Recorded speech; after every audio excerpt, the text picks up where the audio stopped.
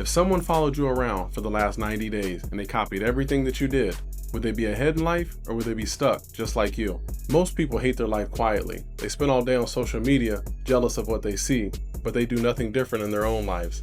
They're waiting for motivation, but in fact, they lack discipline.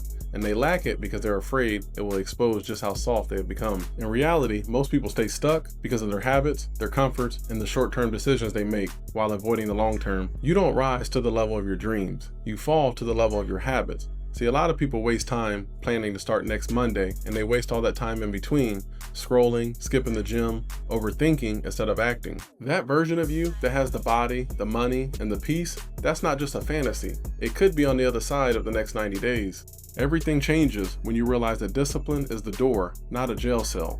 When you follow the discipline equation of daily non-negotiables with enough time put in, that's where your transformation happens. When you go into ghost mode, where you no longer need an applause, you're not looking for outside validation, you're not even updating people.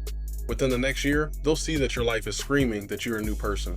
Once you've built your routine of your 5 disciplines, of having a morning routine, a training routine, a time block system to help you manage your time, and a low dopamine way of living where you've cut all distractions, a nighttime routine to protect your peace, that is when you shift into empowerment. Now I challenge you to pick one habit or one commitment and lock in for 30 days and just watch what happens to your life.